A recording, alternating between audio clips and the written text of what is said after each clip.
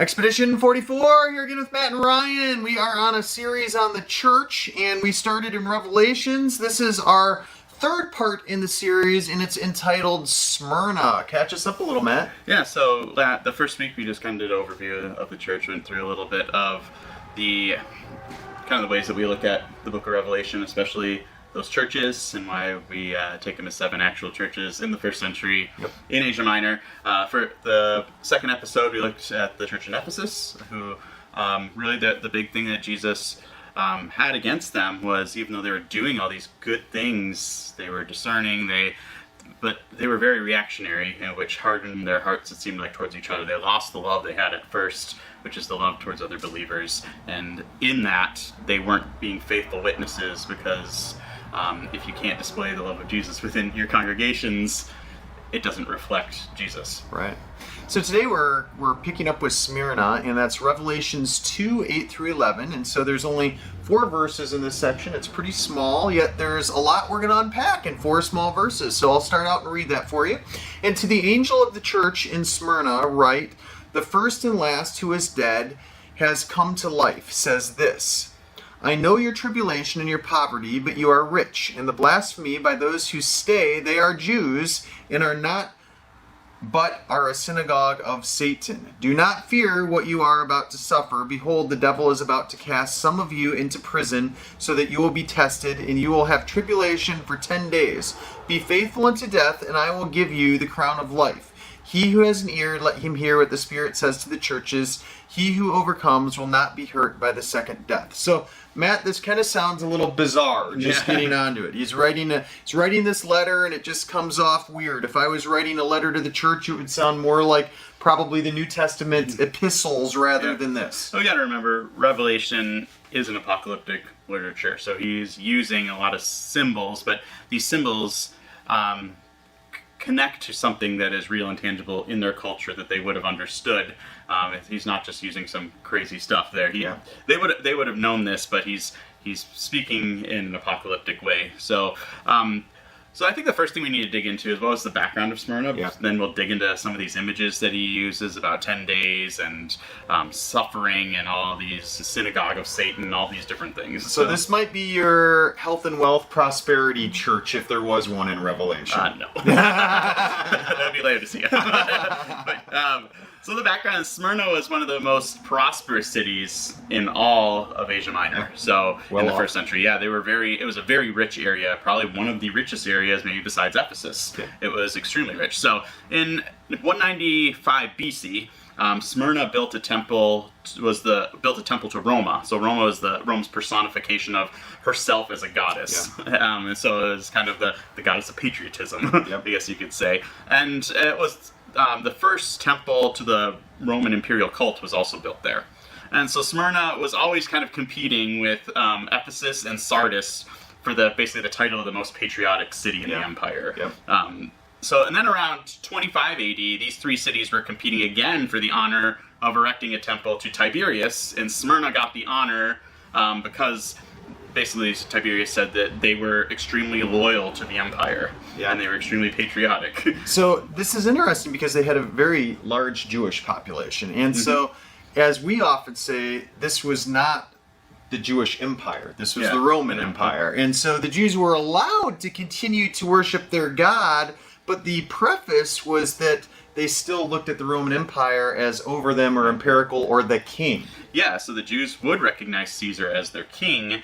They wouldn't worship Caesar. They had Caesar had allowed them to pray for him because they refused to pray to him. But a lot of the Jews in this time were pretty, I wouldn't say they're necessarily, a lot wanted Rome overthrown, especially in the Jerusalem area, but kind of out in the diaspora, they had become a little more Hellenized. Yeah.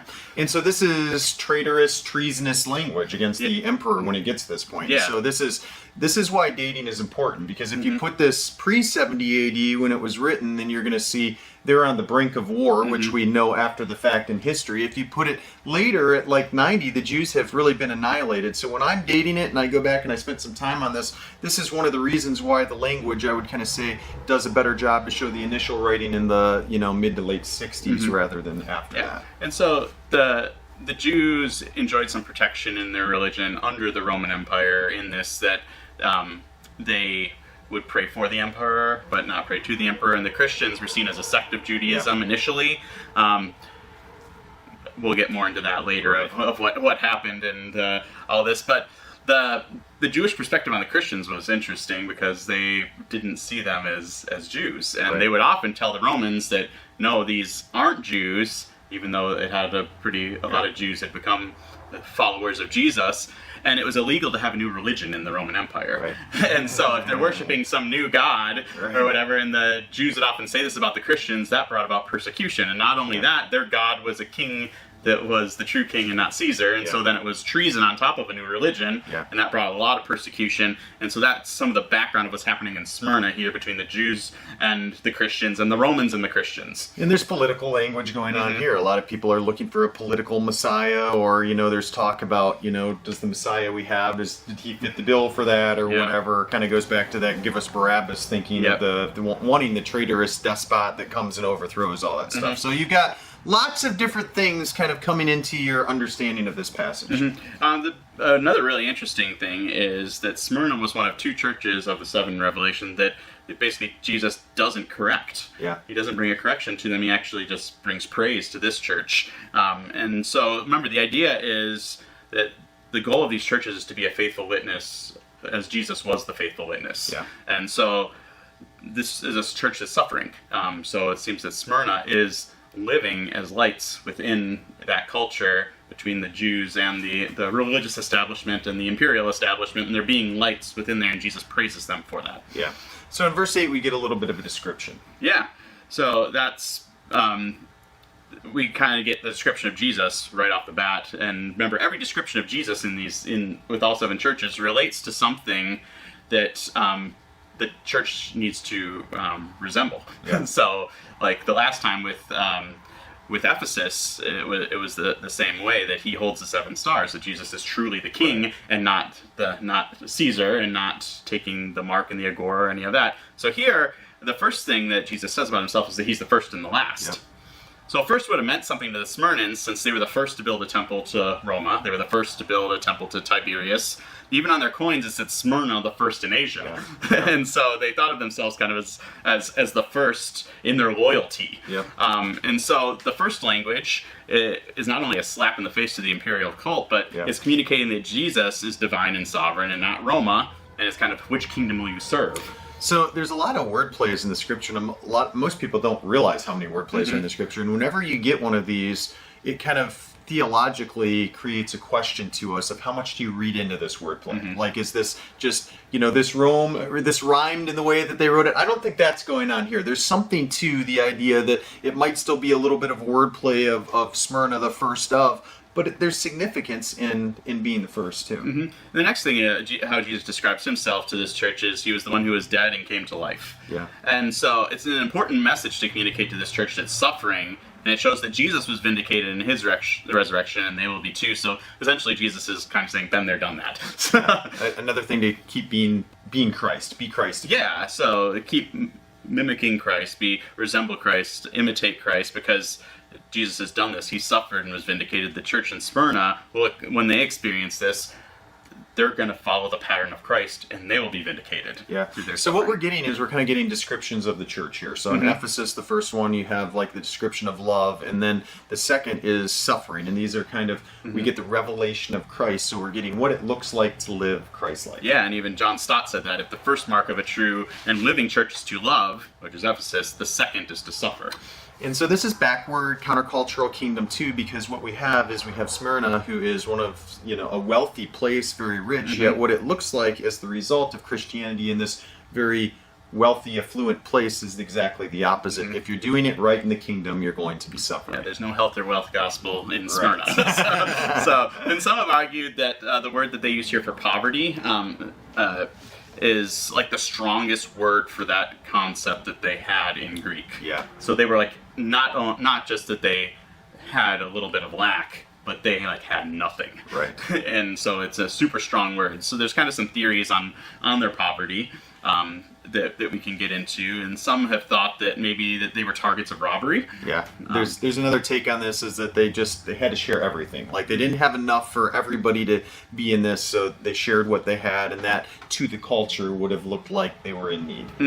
And it's also like, if you go back to kind of the agora type thinking from our last episode, if you weren't loyal to the emperor, no one would buy from you or sell to you, especially if you weren't allegiant to Caesar. And this would have been seen as like dishonor to the Roman gods. Yeah. And the unbelievers in Smyrna would have been kind of superstitious, a lot of them thought that, all right, well, if I buy from this guy who's not honoring the gods, then the gods' wrath is going to come on me because I'm supporting them.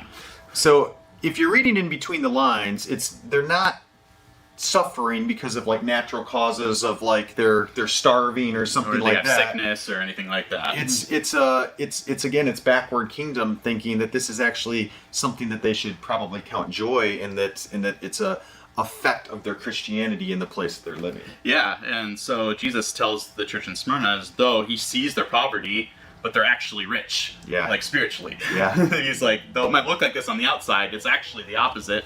And he says the reverse of the church of Laodicea. Right. He says, because they were rich, but he says you're actually poor. Yeah. So this is pretty good. You know, if you guys watch our stuff, we have, I'm wearing a Jesus Kingdom shirt, but we have a lot of backwards kingdom stuff, and this is when we read what Jesus tells us, both in the revelation of Jesus and the New Testament incomplete, we think the backward kingdom message is really, really important. And so this is basically a church where he says to them, like, you're doing really well on your checkup. You're living what I hold high, which is backward kingdom thinking, and you should be praised for that. Yeah, they're sharing what they have with one another, even though it's little, and they're rich spiritually. They're doing the things that Jesus wants them to do, and that's why they're rich. Yeah.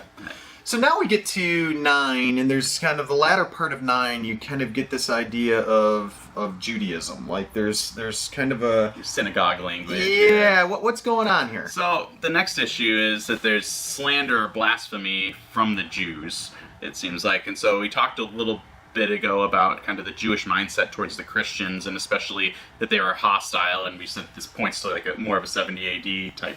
So the dating comes in again, yeah. Yeah, they're Domitian, or could this be applied to Nero? Yeah, you got a little of both, but it's probably better as early. So the Jews, like we said, were always happy to tell how the Christians were some new illegal treasonous religion to the Romans, which subverted their empire, and that would have brought persecution. And so this is slanderous, and it was nothing new. We saw this throughout Paul's ministry as well. So the Jews are, but they're not. Yeah. So John makes an interesting comment about the Jews. He says they say they're Jews, but they're not, like you said. And Paul addresses that a ton in his letters. Like we've got in Romans chapter 2, 28 and 29, it says, "For he is not a Jew who is one outwardly, nor circumcision is which is outward in the flesh, but he who is a Jew is one inwardly, in circumcision which is of the heart, by the Spirit, not by the letter, and his praise is not from men but from God." Yeah. Then Romans 9, then he kind of echoes that same thing. It's not as though the word of God has failed, for they are not all Israel who descended from Israel, nor are they children because, nor are they all children because they are of Abraham's descendants, but through Isaac your descendants will be named. That is, not children of the flesh who are the children of God, but children of the promise who are regarded as descendants. Yeah, in Galatians 6, you get this in verses 15 and 16. It's kind of, again, talking about the circumcision, uncircumcision, and calling them a new creation. So there's that kind of grafting languge going on. And he actually calls the uncircumcision the Israel of God there, which is the Gentiles. So in John here, in John's gospel makes the same thing, is that those who receive him become the children of God, and it's not of your lineage or blood or the decision of a man, but of God. John makes the exact same connection in a very interesting way when we look further in Revelation chapter 7. Oh, 144,000. The 144,000. So remember in our last episode we talked about the importance of hearing versus seeing in Revelation. This is the Lion of Judah versus the slaughtered lamb. The lamb thing we talked about in the last episode.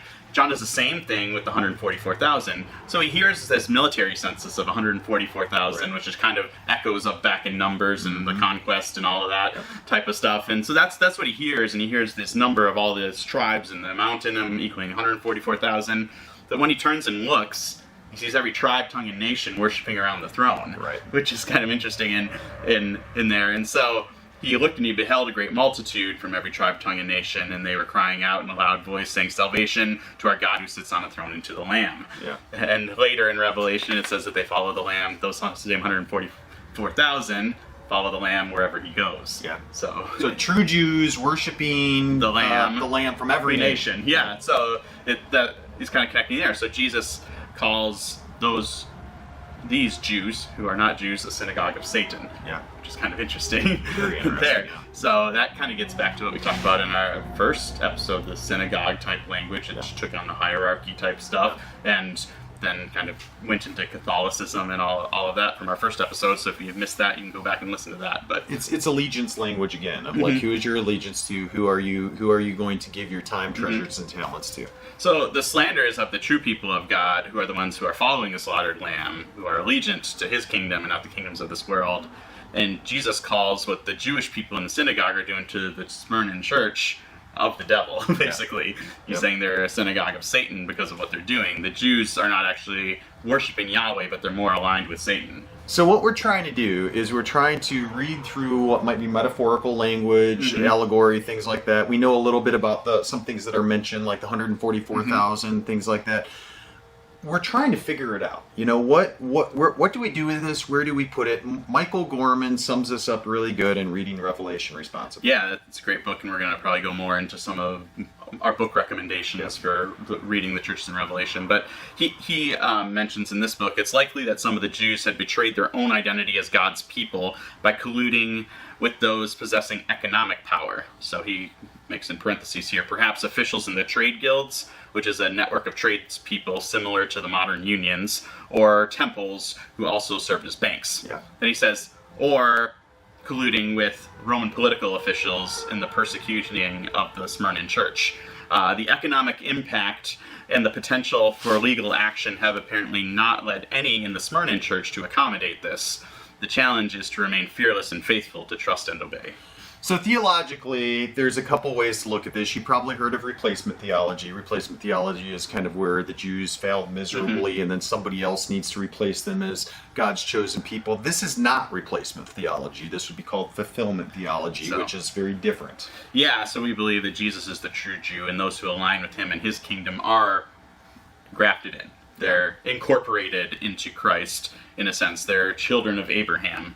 And the people, the Essenes, used the same language of a congregation of Satan when they were writing to the Jews in Jerusalem, that they were basically of Satan because they were disobeying the covenant. They weren't living according to the way God intended them to live. And they actually called the Jews in Jerusalem a congregation of Satan. Yeah, and most of Paul's stuff, which is significantly earlier than this, is where I'd place it, is also when you get the all Israel language, it's the same type of thing. So when we talk about theology and the lens of theology and the biblical shelf, this is why we say the Old Testament connects to the New Testament, and all of it fits the same lens, because this theology, you don't change from the Old Testament to the New Testament, from Paul to John to Peter to any of that. It fits the whole scope. And so from our perspective, when we're stepping out of denominational ties or theological or doctrinal realm, and we're just saying what makes the most sense, this seems to fit the whole picture, and that's why we land here. Yep. So the next thing that we kind of need to look at is he says for the Smyrnaeans, Jesus tells them not to fear, that they're going to face tribulation for 10 days, and that their call is to be faithful unto death. So he's encouraged them to keep doing what they're doing. So my interpretation would be faithful unto death, I will give you the crown of life. And when most people read that, they go right to eschatology. Like, you know, okay, you're going through this like turmoil, basically. There's a pie in the sky, there's heaven, just hold on and you'll get there. Do you think that's the sense of what he's talking about? No, it's not to be passive. So it's pistis language. It's faithfulness language. It's active. It's not just keep these facts affirmed and you'll be good. He's like, no, continue living this way. Jesus gave us the definition of how to do this. Look at his life and imitate it. Is the thing. He was the faithful witness. He's calling the church in Smyrna to continue what they're doing well and to live it out. So this is interesting. Matt mentioned the word pistis, and throughout, John uses that word 92 times. And just to, kind of clarify, that's Pistis, and this is a slight variation of that word. It's os. And so when you see that, he only uses that once in his Gospel of John, that variation, and it's really interesting. I always try to connect the verb, and when I connect the verb in Hebrew, I end up with amen is the Hebrew, and I find that in Numbers 12:7, and you get this idea that it's a very concrete trust. It also kind of goes back to, this is kind of weird. It's the Hebrew word neuem, and you see that in 2 Samuel 23, which is an oracle thing. It's when God says this is thus saith the word of the Lord type of thing, the oracle basically. And that's the same thing that connects to this pistos. It's so firm that this is the confidence, the concrete trust, the rock steady until death. And so the words are important here, that there's that slight change, and the only time like I said, we see that in the gospel, and it's the same word that he's connecting here. We often talked about pistis, but this is like pistos, a strong version of that word, and it's intentional that even though it's just one letter, that it's slightly changed to kind of give this concrete idea to it.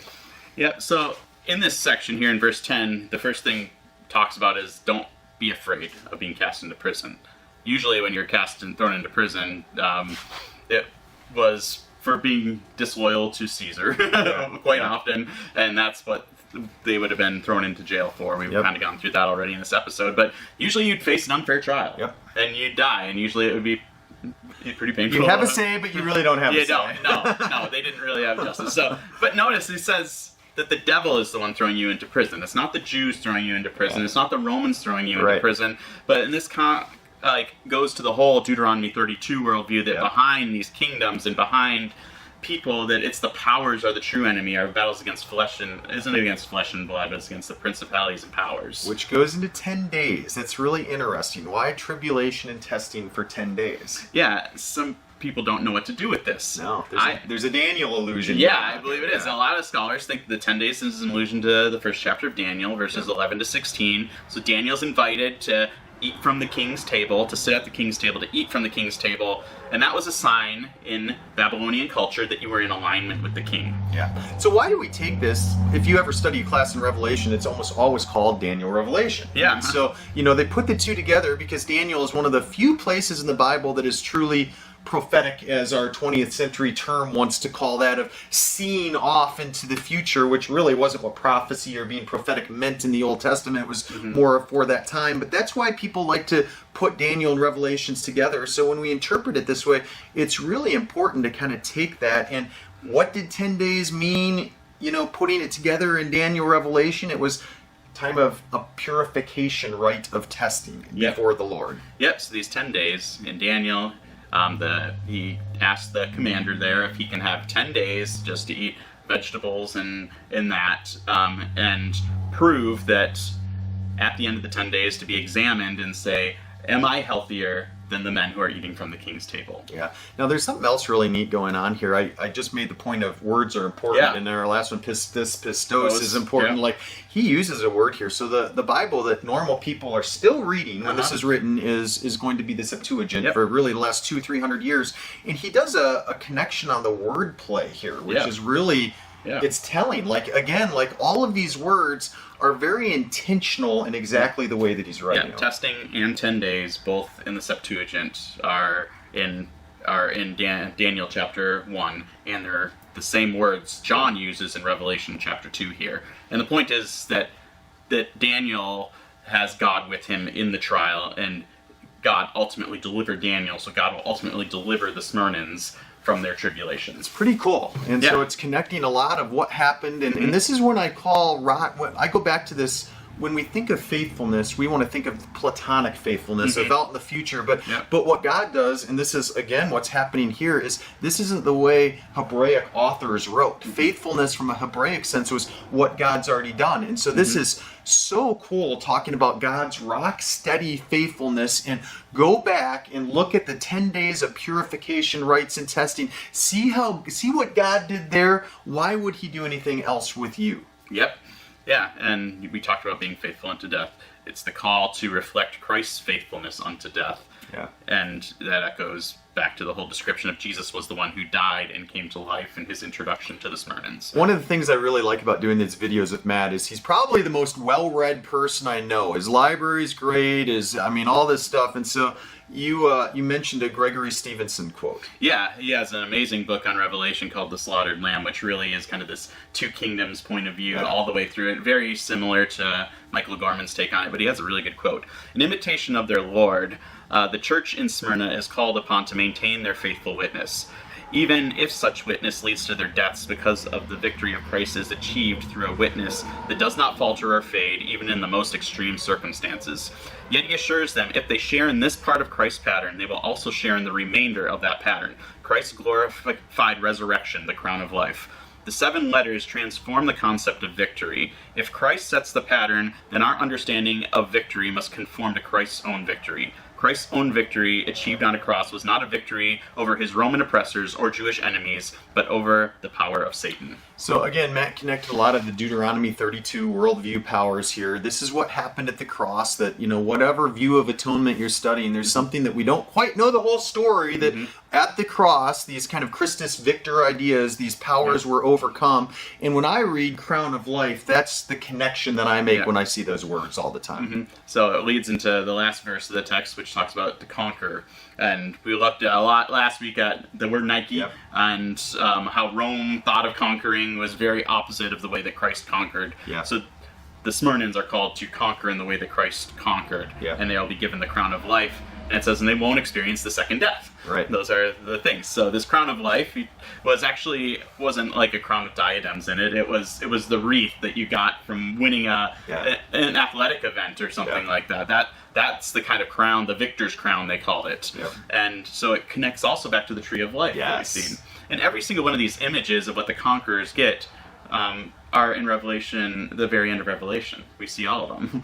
So, which is interesting. So Matt connected the tree of life here. There's so much going on here with the idea, but you think of the tree of life originally was the thing that granted life. When Adam and Eve stepped out of the garden, this gets theological, but did they have everlasting life? Not without the tree. And so it was the tree that granted them that. And so it's also interesting that when Christ is put on the cross, this wreath on his head, the crown of thorns, and that's going to also kind of have signification in the life that comes with it when he is resurrected into that being. And then there's later a tree of life that comes back into the case. And so all of these things connect. And so the signification of this, which is really cool, is in the same way that Christ wore this on his head in his suffering, that we might also be signified in victory in our suffering at the same time. The connection is just beautiful.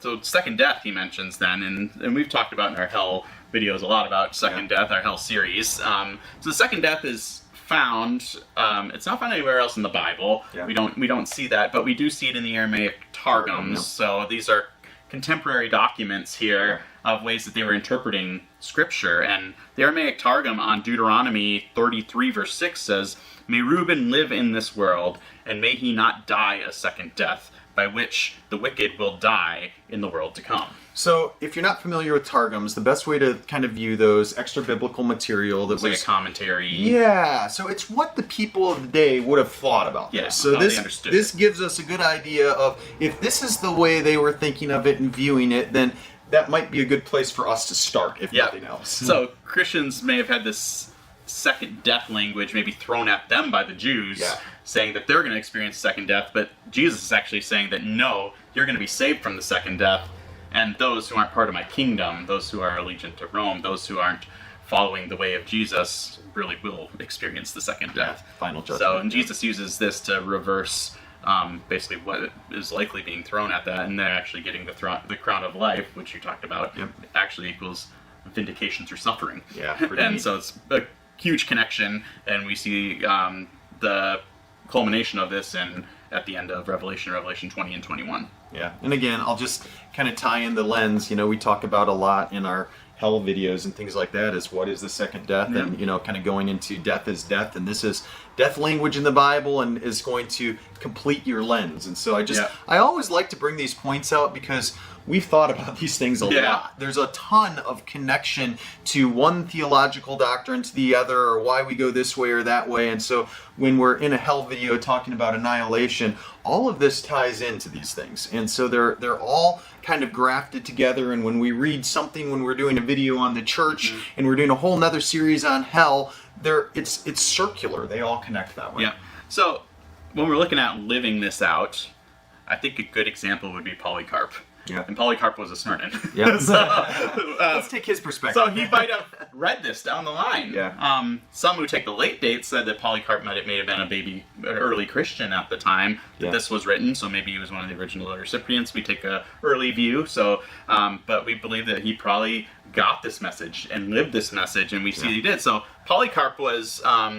He was the bishop of Smyrna from 115 to 155 AD. So this is why that dating is important, and this is why also Matt and I kind of vary on this a little bit, because this is one that makes an early dating. When I say I think it was probably started being written in the mid to late 60s, Polycarp was born in 69 AD. Yeah. So, I mean, are we talking he's, a kid when this is written, or a baby? Now, I probably say I don't think it was circularly distributed, at least until the 80s. So he could have been reading it as a teenager, but I just want to point that out that, in this way, like, we still go back and forth on this. I don't know that Matt and I are probably not going to figure out the answer to this until we're like sitting in front of Jesus having a theology class and going, now we get it, But this is one of those difficulties, and I have no problem saying it, that since I take an early dating, this is one of the difficulties. Like, this is one of the best reasons to go with a later dating, in my opinion. I mean, Polycarp, we know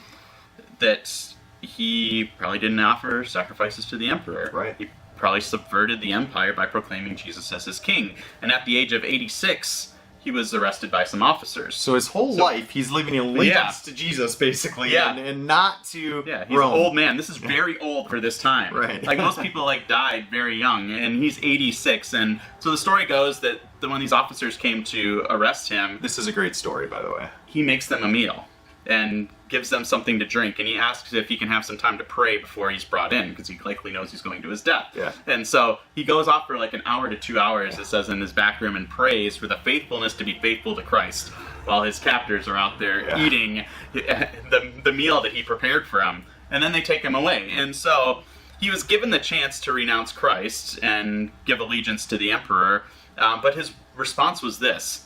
This is a quote from him. "For 86 years I have served Christ, and he has done me no wrong. How then can I blaspheme my king who saved me?" Wow. And so he was then threatened to be fed to the wild beast, and he says, "Okay, bring him on." Right. And then he's threatened to be burned alive and at the stake, and he says, "If that's what you must do, but I will not betray my king." So they take these sticks and they tie him up. And they're throwing him on the fire. And the Jews of Smyrna are the ones bringing the sticks to burn him. And so they lit this fire multiple times, and the wind kept blowing it out. So eventually they just ran him through with the sword. Killed him with the sword. But Polycarp, indeed, heeded Jesus' call to be faithful unto death. And he was not afraid, and he received the crown of life. Great crown of life story. So what are some of our conclusions? It's also worthy to say that is tribulation. I mean, we look at the story of Polycarp and we go, oh, he lived at 86 years old and everything, but what happened to him? He died. And that goes back to my view of discipleship. If we're really doing it right, you should know lots of people that end up dying. I mean, in the New Testament church, the chances are you probably knew a handful, 5, 10, more than that today. How many people do you know that actually gave their life to Christ? I would say personally, maybe 1 or 2 if you're lucky. I don't think that's the way discipleship was supposed to live out, which comes back to this. Everything we read about this says they're doing well. And so as we get this idea of Polycarp as a Christian living in Smyrna, guess what? I think he's an example of a lot of the Christian people in Smyrna that I do believe were living out faithfully as disciples in their tribulation. Yeah. So let's get into just some conclusions, maybe ask ourselves some questions. I think the question that Smyrna asks us is, are we willing to follow Jesus? Are you going to be a faithful witness Yeah. to the end? Yeah. Through this persecution, are you going to be allegiant to faithful to Jesus rather than Rome, which is begging for your allegiance here, basically? Or bring it to today. Are you going to be faithful to Jesus' kingdom rather than the kingdom of America? Yeah. We just had a big conversation with Keith Giles in our last episode. Now, we don't agree with him on everything, but he has a great perspective on the kingdom of God versus the kingdom of America. Yep, we've always liked that about him. I mean, you get into individualism, consumerism, your identity, job, business, time, talent, treasures. We always talk about that thing. Maybe capitalism or politics comes into this. Like, we step back and we say, it looks like the Smyrnaean Christians were doing a pretty good job of living for the Jesus kingdom rather than the world kingdom. How are you doing today? Yeah, so do we concentrate also too much on our physical enemies rather than spiritual powers? And you guys know me, I'm a gun guy. I love my guns, but like, is Jesus calling the Smyrnans to get up and grab their guns, swords, whatever it might be, and go to war? Do you get that? Notice Jesus never calls the Romans or the Jews the enemies of the Smyrnaean church. He calls Satan, the evil powers, Right. the enemy. Yeah. Both times. Yeah, they're probably influenced Right. by him, but he never calls these people that. And so in the West, we don't face persecutions like Christians in many other places in the world. Right. It's very different for us there. So we face what I call minor league persecutions. So I'll just kind of finish with this. I've made some good friends with Pakistan Christians, and I've been, for the last couple of weeks, I've been teaching, preaching in Pakistan, and I've been talking about discipleship. And one of the crazy things is the first week I kind of said, if we're living like a New Testament church, this is what it looks like. And I check back in with their pastors during the week and say, how's it going? And like, in America, we hear a sermon like this and we don't change. We just keep going on doing our thing.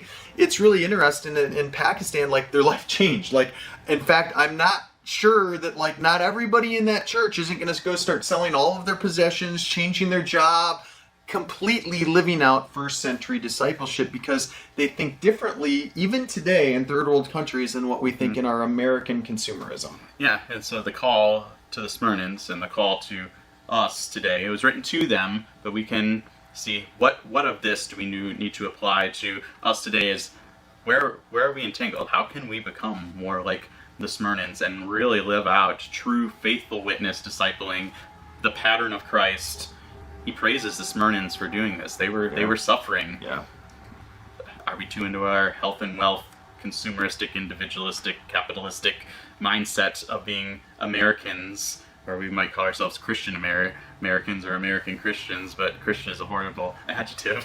I mean, so I started this off kind of poking fun at health and wealth, because this is exactly the opposite message. Yes. This is tribulation all the way through, and at least Paul uses the word joy sometimes. We don't necessarily get this. We get the crown of life, but that doesn't necessarily mean joy. In fact, it might mean the opposite. Usually by the time an Olympian got to the podium where he got the crown of life, they've exerted themselves.